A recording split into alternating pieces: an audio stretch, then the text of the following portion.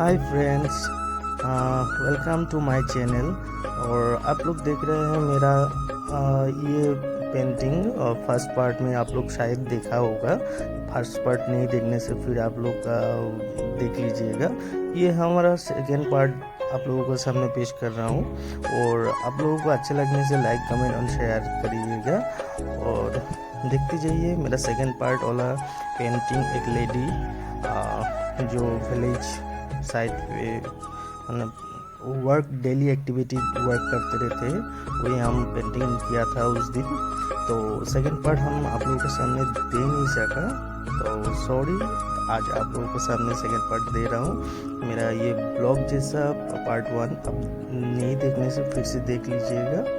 तो देखिए मेरा second part painting. Thank you.